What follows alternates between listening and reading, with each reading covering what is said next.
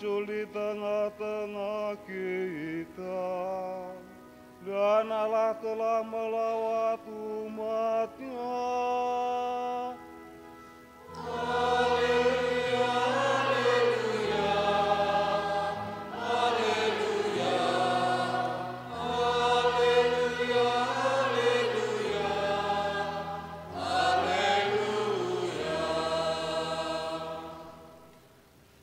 Tuhan bersamamu.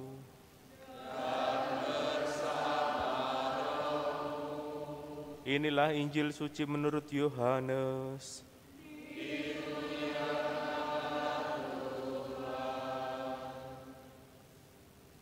Sekali peristiwa, Yesus berangkat ke seberang danau Galilea, yaitu danau Tiberias. Orang banyak berbondong-bondong mengikuti dia karena mereka melihat mujizat-mujizat yang diadakannya terhadap orang-orang sakit. Yesus naik ke atas gunung dan duduk di situ dengan murid-muridnya. Karena itu Paskah, hari raya orang Yahudi, sudah dekat. Ketika itu Paskah, hari raya orang Yahudi sudah dekat. Ketika Yesus memandang sekelilingnya dan melihat bahwa orang banyak berbondong-bondong datang kepadanya, berkatalah ia kepada Filipus, "Di manakah kita dapat membeli roti supaya mereka dapat makan?" Hal itu dikatakannya untuk mencobai Filipus, sebab ia sendiri tahu apa yang hendak dilakukannya. Jawab Filipus kepadanya, "Roti seharga 200 dinar tidak akan cukup untuk mereka ini, sekalipun masing-masing mendapat sepotong kecil saja."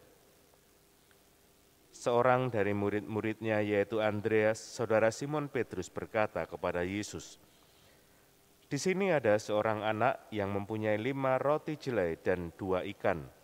Tetapi apakah artinya untuk orang sebanyak ini?"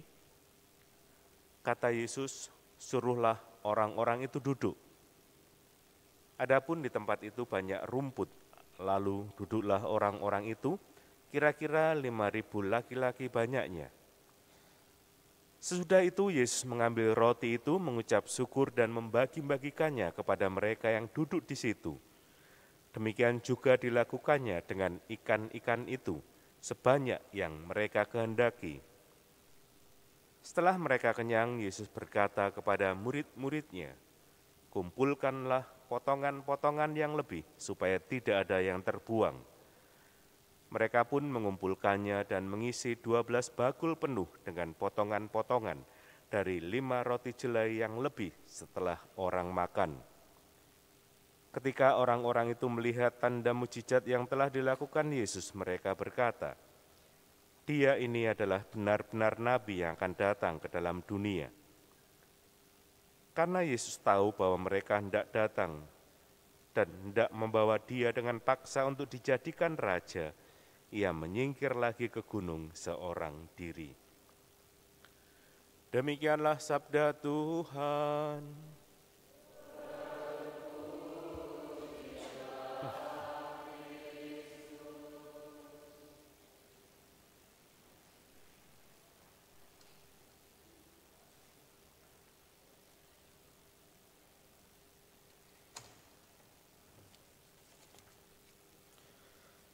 Saudara-saudari yang terkasih, saya akan membacakan surat Gembala dalam rangka Hari Kakek, Nenek, dan Lansia Sedunia, Keuskupan Surabaya tahun 2024. Hendaknya surat Gembala ini dibacakan di semua gereja paroki dan kapel di wilayah Keuskupan Surabaya pada hari Sabtu, Minggu 27-28 Juli 2024. Kakek, nenek, dan para lansia, serta saudara-saudari yang terkasih dalam Kristus. Bapak Suci Fransiskus dalam kesempatan Angelus tahun 2021, pada hari Minggu tanggal 31 Januari mencanangkan untuk pertama kalinya Hari Kakek Nenek dan Lansia. Peringatan ini dirayakan di seluruh gereja Katolik pada Minggu keempat bulan Juli. Tema Hari Kakek Nenek dan Lansia tahun 2024 ini adalah "Jangan membuang aku pada hari tuaku", bandingkan Mazmur 71 ayat 9. Bapak Suci berpesan agar kita selalu mencintai kakek nenek dan lansia karena peran mereka yang sangat besar dalam perjalanan hidup manusia. Namun kita semakin merasakan krisis kebersamaan dalam keluarga dan semakin kuatnya mental individualis dalam pribadi manusia dewasa ini. Sehingga kakek nenek dan para lansia merasa kesepian, merasa sendirian, dan hal tersebut dianggap bukan sebagai persoalan bagi sebagian generasi muda zaman sekarang. Gereja dipanggil untuk membangun, menemukan kembali rasa persaudaraan, serta membuat ikatan antar generasi. Bapak Suci mengingatkan kita sekalian agar dengan tulus kita tidak meninggalkan sendirian kepada kakek nenek dan lansia pada masa tua mereka. Dalam kenyataan yang kita lihat, kesepian seakan menjadi pendamping pahit dalam kehidupan para kakek nenek dan lansia, dikarenakan perubahan situasi, krisis keluarga atau berkembangnya mentalitas individualistis manusia zaman sekarang. Apalagi di perkotaan, seakan mereka hanya memikirkan dirinya sendiri, meskipun tidak semua orang seperti itu. Kakek nenek dan saudara-saudari yang terkasih, kita menyadari bahwa Allah tidak pernah meninggalkan anak-anaknya, bahkan ketika usia kita bertambah dan kekuatan kita menurun, ketika rambut kita memutih dan peran kita dalam masyarakat berkurang, ketika hidup kita kurang produktif dan terlihat tidak berguna, Allah tetap mencintai kita. Sebenarnya Allah tidak memandang penampilan manusia, bandingkan 1 Samuel 16 ayat 7. Dan Allah tidak ragu memilih siapapun yang mungkin bagi banyak orang tampak tidak relevan.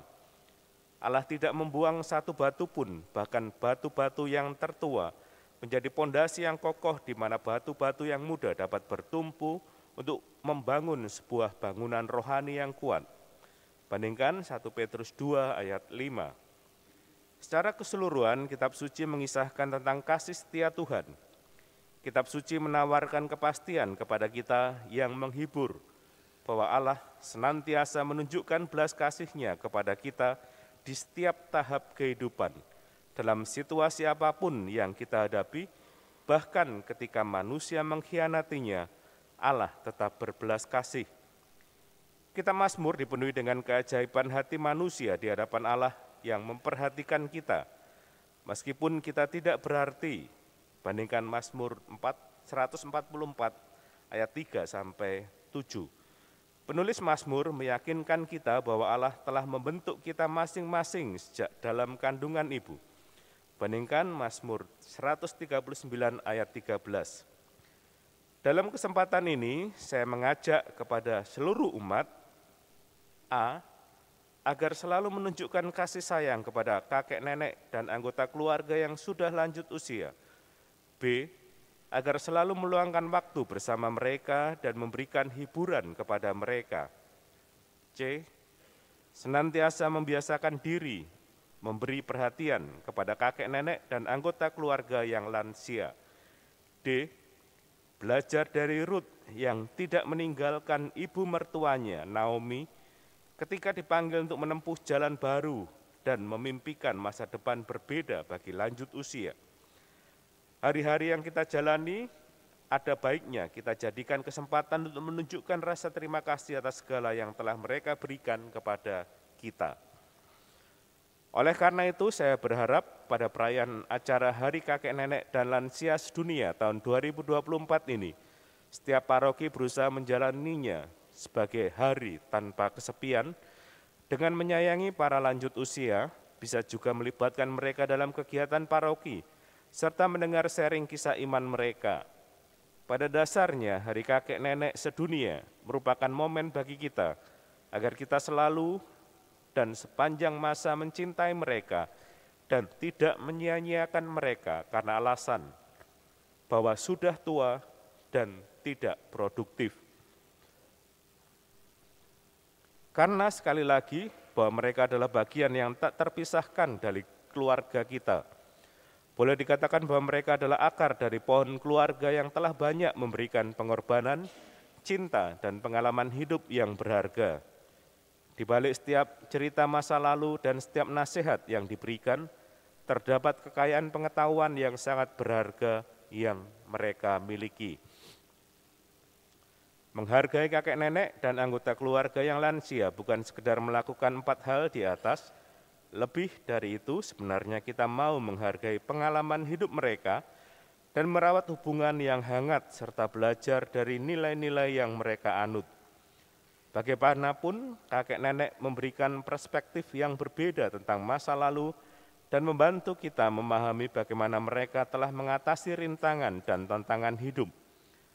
Kakek nenek bisa menjadi sumber inspirasi dan kebijaksanaan yang tak ternilai harganya. Akhirnya, marilah kita mohon kepada Tritunggal yang Maha Kudus dan Bunda Maria, agar kita semakin dimampukan untuk memperhatikan kakek nenek dan lansia di setiap keluarga kita masing-masing. Kita mohon kepada Tuhan agar menganugerahkan kesetiaan dan kerendahan hati kepada kita. Surabaya, 9 Juli 2024, RD Yosef Eko Budi Susilo, Administrator Diosesan Keuskupan Surabaya.